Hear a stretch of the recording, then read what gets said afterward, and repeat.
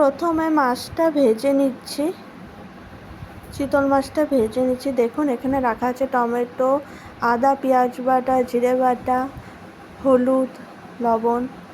কড়াইয়ে তেল দিলাম, তেল দিয়ে তাতে একটু হলুদ,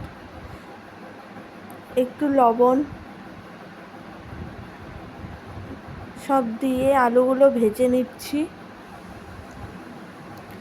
সুন্দর করে হালকা হালকা করে ভেজে নিব। এবার ওই তেলেই জিরা ফোড়ন দিয়ে তাতে আদা, পেঁয়াজ বাটা, রসুন বাটাটা দিয়ে দিলাম। ওর মধ্যে জিরা লঙ্কা গুঁড়োটা দিয়ে দিলাম, বাটা আদা বাটাটা দিয়ে দিলাম, দিয়ে একটু ভালো করে কষাবো সুন্দর করে। এরপর একটু হলুদ দিয়ে দিলাম, এরপর আরেকটু জিরার গুঁড়ো ওর মধ্যে অ্যাড করলাম, কম হয়ে গেছিলো জিরে গুঁড়োটা। এরপর টমেটো দিয়ে ভালো করে নাড়াচাড়া করব। এরপর একটু লবণ দেবো যাতে সিদ্ধ হয় তাড়াতাড়ি।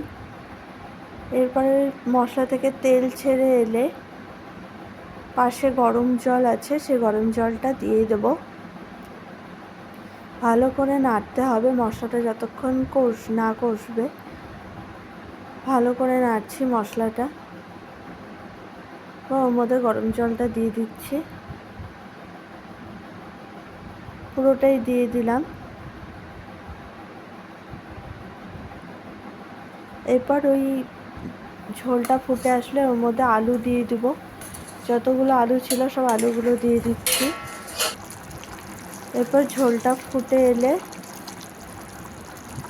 ওর মধ্যে মাছগুলো দিব। মাছগুলো দিয়ে আর একটু ফুটলে তারপরে নুন মিষ্টিটা একটু চেক করে নিয়ে নামিয়ে দেব। দেখুন তৈরি হয়ে যাবে কি সুন্দর চিতল মাছের পাতলা ঝোল। বন্ধুরা কেমন লাগলো অবশ্যই জানিও।